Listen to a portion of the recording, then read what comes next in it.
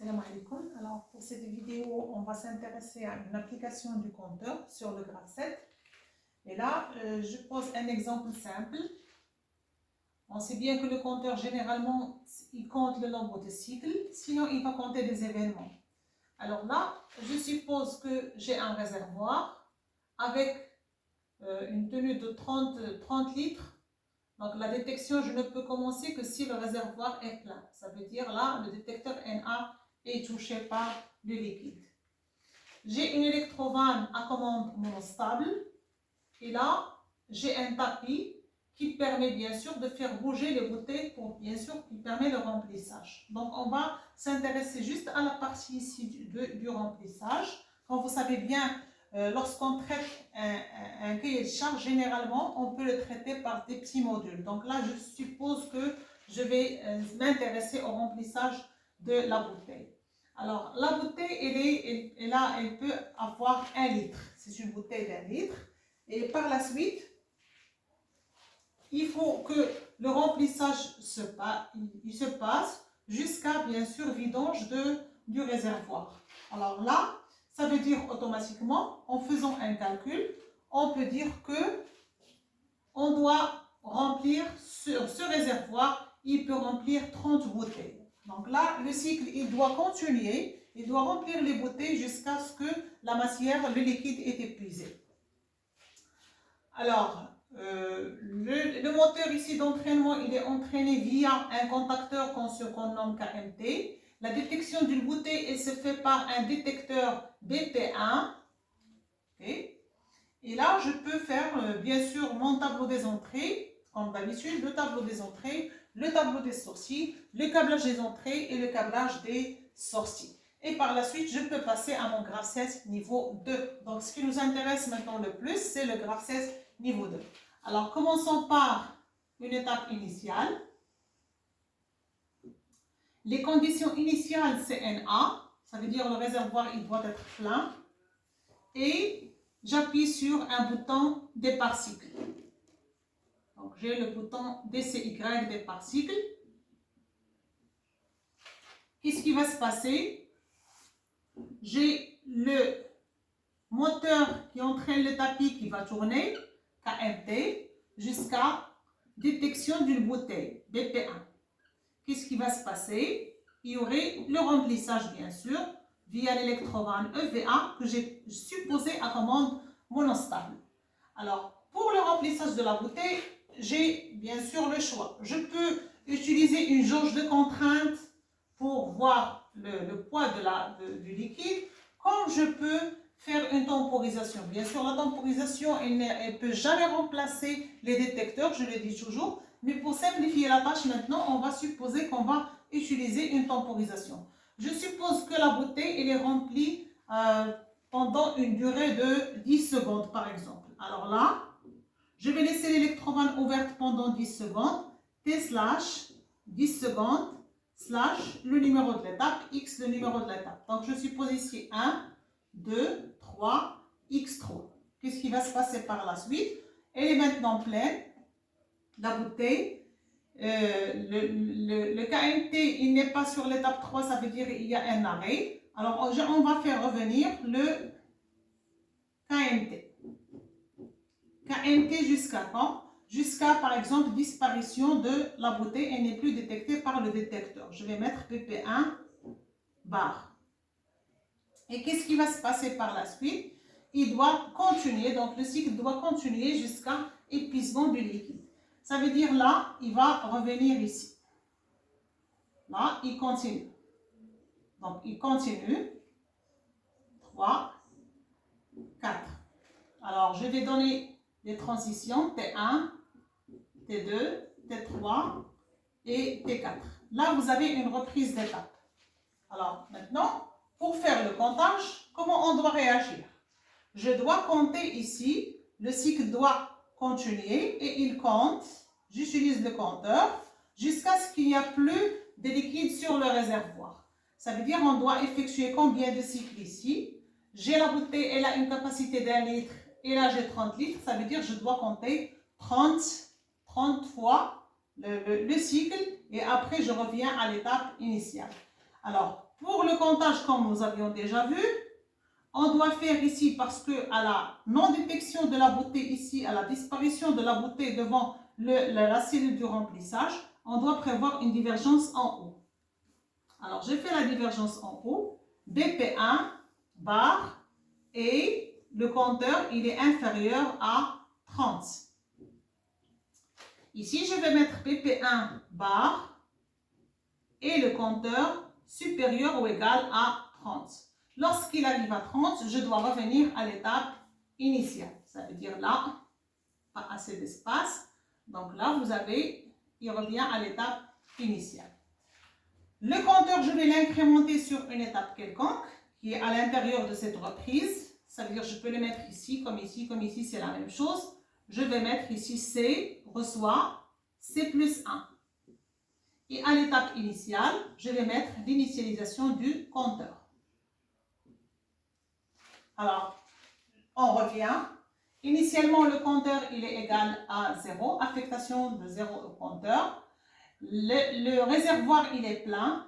On appuie sur départ cycle. Le moteur, il commence à tourner. Le compteur, il est maintenant à 1. À la détection d'une bouteille, le moteur s'arrête et l'électrovanne s'ouvre de telle sorte à remplir pendant 10 secondes. Après,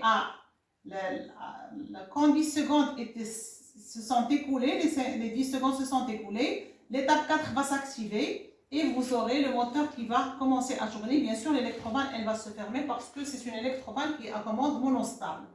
Alors, il tourne jusqu'à détection ici de l'absence de la bouteille. Il vérifie est-ce que le compteur a atteint 30 ou pas. S'il n'a pas encore 30, ça veut dire on a encore de la matière. Donc là, à chaque fois, il y a incrémentation. 1 litre, là, c'est un compteur de litres. 1 litre, 2 litres, 3 litres, etc. Alors là, vous avez application du compteur. On peut même encore pousser l'application du compteur. Donc ici, on compte le nombre de cycles, comme l'exemple que nous avions déjà vu dans l'application du compteur. Ici, je suppose que je peux remplir des bouteilles ou des bidons de 5 litres par exemple. Okay? Alors, si la machine, elle permet ce choix, ça veut dire l'opérateur, avant qu'il commence, il doit faire le choix de est-ce qu'il va remplir des bouteilles ou bien des bidons. Alors, je vais prendre pour cela un sélecteur qui est de position S1 et S2. Alors, ça veut dire là, j'aurai 2 entrées encore de plus sur mon tableau des entrées. Et bien sûr, 2 entrées de câblage, tout ou rien sur mon automatique programmable si la solution est par automatique programmable. Alors, quand l'opérateur il positionne le commutateur sur S1, il va mettre des bouteilles. S'il le met sur S2, il va mettre des bidons de 5 litres. OK? Quelles sont les modifications que je vais faire sur mon graphe 7 si j'ai à faire le choix? Okay. Alors, la première des choses, là, étant donné qu'on va faire un sélecteur, donc il va garder la position, le commutateur, il garde sa position. Ça veut dire pendant tout le cycle, si je positionne à S1 ou S2, je peux toujours vérifier est-ce que je suis sur S1 ou S2. Ce n'est pas comme le cas d'un bouton, par exemple, un bouton poussoir. Si le choix se fait par des boutons poussoirs, le bouton poussoir, on appuie par exemple sur BP1 ou BP2. Si je choisis BP1, le BP1, il ne va pas garder. Il n'a pas de mémoire, le bouton poussoir. Donc, je dois choisir ou bien un bouton à accrochage mécanique, ou bien je dois réagir dans mon graphe 7 de telle sorte à mémoriser l'état du bouton que j'avais choisi. Donc ici, je suppose que j'ai le commutateur, il garde la position ici. C'est pour ça que le traitement il serait plus simple dans le graphe 7. Alors, ici, dans les conditions initiales, je dois vérifier que l'opérateur, il a bien fait le choix. Il a bien fait le choix, ça veut dire GS1 ou S2. OK? S'il n'a pas fait le choix, le graphe 7 ne peut pas commencer. Alors là, le compteur maintenant, si j'ai à mettre des bouteilles, il va compter, il y aurait 30 cycles. Si j'ai à mettre des bidons de 5 litres, bien sûr, j'aurai seulement 6 cycles. Okay? Donc, pour le 30, j'ai 5 litres fois 6 est égal à 30 litres. Alors, ça veut dire là, quels sont les changements que j'aurai sur mon graphe 7. Donc, je vais les mettre en stylo bleu, je préfère. Donc là, BP1, l'électromagnétisme, elle va s'ouvrir. Elle va s'ouvrir 10 secondes si et S1, 10 secondes. Ou bien, elle va s'ouvrir pendant, alors je suppose que l'ouverture, elle permet un débit qui est linéaire. Donc, si j'ai 1 litre 10 secondes, ça veut dire que j'aurai besoin de 50 secondes pour 5 litres. Donc, ici, j'aurai 50 secondes pour les 5 litres. X3 et S2. OK? Donc là, c'est la modification que j'aurai. Donc, là, je dois rajouter ici, j'aurai 10 secondes si S1 ou j'aurai 50 secondes si S2. OK? Alors, le moteur, il va continuer à tourner. Et là, à BP1 bar, qu'est-ce que j'aurai? Je dois faire la comparaison. C'est inférieur à 30 si, et je mets un et, si S1, ou c'est inférieur à 6 si S2. Okay. La même chose ici. Quand j'ai BP1 bar, à l'absence de la bouteille, il vérifie le compteur supérieur ou égal à 30 si S1 ou le compteur supérieur ou égal à 6 si S2.